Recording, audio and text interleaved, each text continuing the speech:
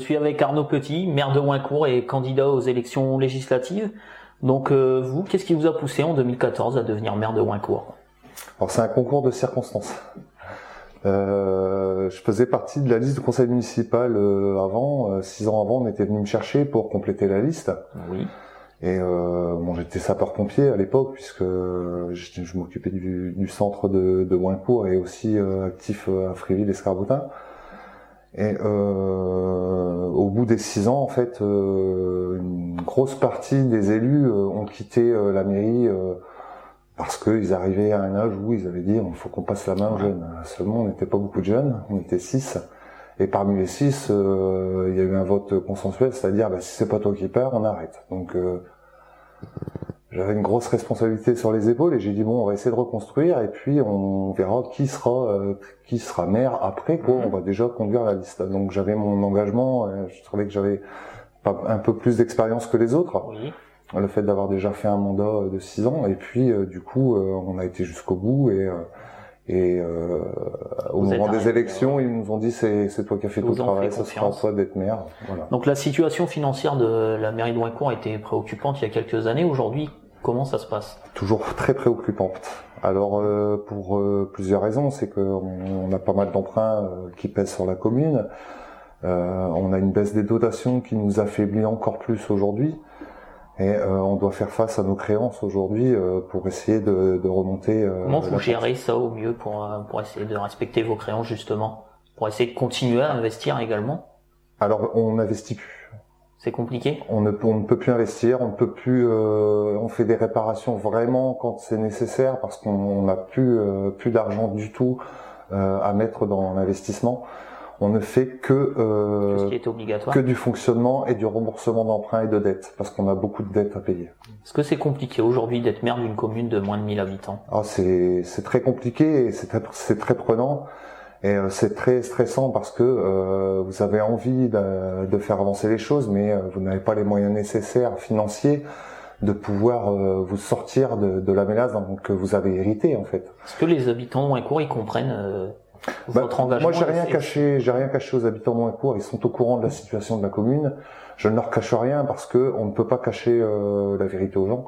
Ils savent que la commune a de grosses difficultés, mais ils savent aussi qu'on se bat pour défendre ces difficultés, qu'on essaie de remonter la pente. Et on a quand même une aide, je dirais, humaine de la part de la trésorerie de Fréville qui essaie de nous orienter au mieux et puis de faire en sorte qu'on arrive à pallier à nos problèmes financiers. Justement, la situation financière est compliquée, pourtant il y a quand même des projets qui voient le jour sur Hoincourt. Il y a la MSP, même si c'est pas le budget de la commune, et puis il y a la salle Vimar, il y a un peu plus d'1 an. C'est une fierté pour vous, cette salle? Ah oui, c'est une fierté, c'est une grande fierté. Cette salle, en fait, était devenue... elle ne servait plus à rien, en fait. Elle servait aux associations, alors c'était du luxe pour les associations, mais elle n'avait plus d'utilité, et elle ne rapportait rien, puisque cette salle était prêtée aux associations.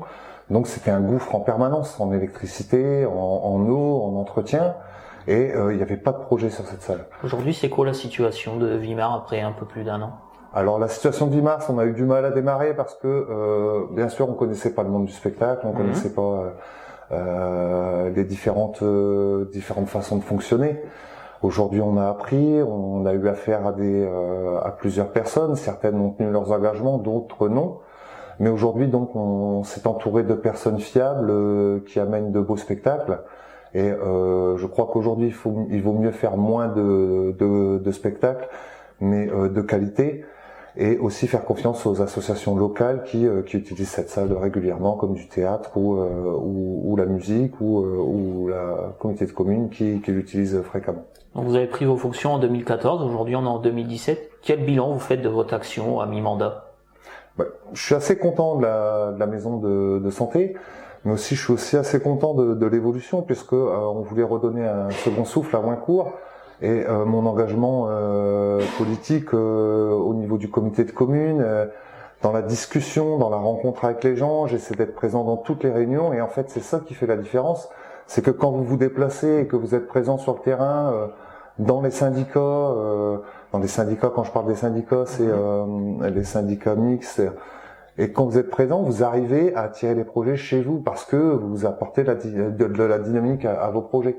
Et c'est le but et c'est comme ça que je travaille. Aujourd'hui, c'est beaucoup d'investissement et c'est comme ça que vous réussissez. Voilà, c'est beaucoup d'investissement et malgré le fait d'avoir gardé mon activité professionnelle, j'arrive à me libérer et à travailler beaucoup sur ces projets, à être présent un peu partout pour défendre les intérêts de la commune. Maintenant, on va parler de votre engagement et celui de Delphine Damis. En tant que candidat aux législatifs, là également, qu'est-ce qui vous a poussé à y aller alors que vous êtes déjà maire de Wincourt, comme vous le dites, vous avez déjà une vie bien remplie? Alors, c'est de la même manière que je suis devenu maire de Wincourt, c'est-à-dire que j'étais pas candidat. On est venu me chercher, on m'a proposé cette candidature, j'ai refusé par 2 fois. C'est une fierté pour vous qu'on vienne vous chercher?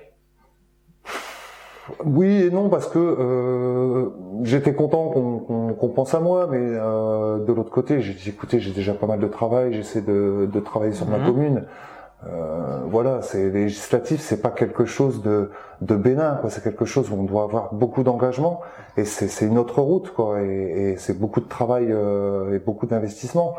Parce que quand on a 40 ans comme moi, qu'on est jeune maire, on a beaucoup de convictions et on a envie d'apporter énormément à son territoire. C'est ça aussi la jeunesse, et c'est à travers ça qu'on doit se retrouver. Donc finalement j'ai accepté parce que on a pas mal insisté sur ce fait. Et j'avais aussi cette position d'être assez rassembleur.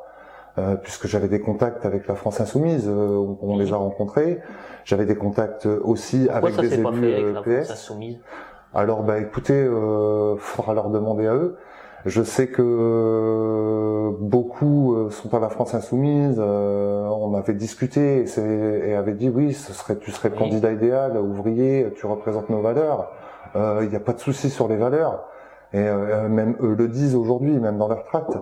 Mais on m'obligeait à signer une tract, mais un tract et enfin une charte, pardon. Une charte, oui. Et moi je trouve que c'est pas bien d'obliger les gens à signer une charte parce que c'est les soumettre à quelque chose. Et moi je suis un réel insoumis. Vous pensez pouvoir avoir des chances de l'emporter face à d'autres candidats comme Emmanuel Maquet, comme Bruno Mariage, des candidats qui sont connus, reconnus?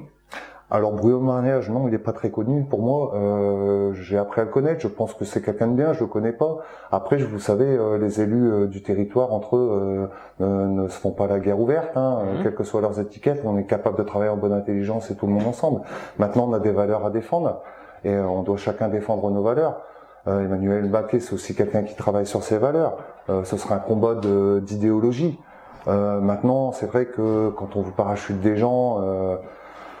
On trouve ça dommage de parachuter des gens sur des territoires, quoi. Il faut utiliser les valeurs de ce territoire, quelles que soient leurs étiquettes, et travailler avec ces valeurs. Et c'est pour ça qu'on a fait le rassemblement avec Delphine Damis, parce que nous, on représente ces valeurs de territoire, on représente la gauche de ce territoire. Parler de rassemblement. Pourtant, la gauche est divisée. On voit Jean-Claude Buzyn, vous, Lutte ouvrière qui a mis un candidat, la France Insoumise. Est-ce que c'est pas des voix qui auraient pu se rassembler, discuter ensemble, se rassembler et faire un score qui aurait pu arriver à la tête un député? Vous avez raison. Vous avez raison. Je ne comprends pas la position de la France Insoumise de me soutenir et de présenter candidat contre moi. J'ai des amis, notamment Christophe Ertout dans la 4e circonscription, qui est France Insoumise, qui forcément aura aussi des candidats contre lui. J'avais d'autres amis, mais je pense qu'il y a eu une volonté départementale de ne pas discuter, puisqu'il y a eu des rassemblements sur toutes les circonscriptions pour pouvoir discuter, même avec la France Insoumise, pour faire des accords pour que tout le monde ait une circonscription, pour avoir vraiment un rassemblement complet. Et ils ont refusé et nié en bloc toute alliance. Les négociations. La France Insoumise sont les diviseurs de cette gauche aujourd'hui. Hormis Christophe Ertout qui avait fait dans la 4e circonscription des démarches pour rassembler. Sinon tous les autres étaient des acteurs de la division. Le cas Jean-Claude Buzyn est un autre cas puisqu'il est député sortant.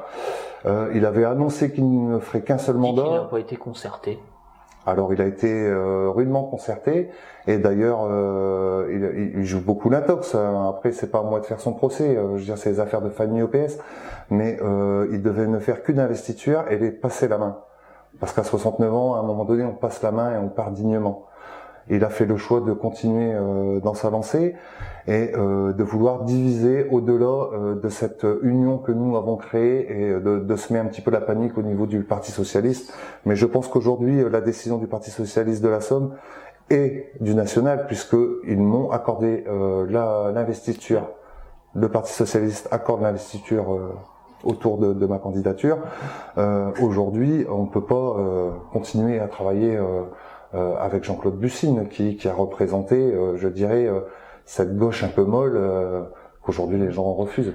Si vous êtes député demain, ce sera quoi votre proposition de loi? Tout à l'heure, vous parlez d'une loi sur les zonages pour les médecins. Voilà. Est-ce qu'il y a une autre loi que vous aimeriez porter? Alors oui, cette loi de zonage sur la désertification locale, oui, c'est important d'en parler.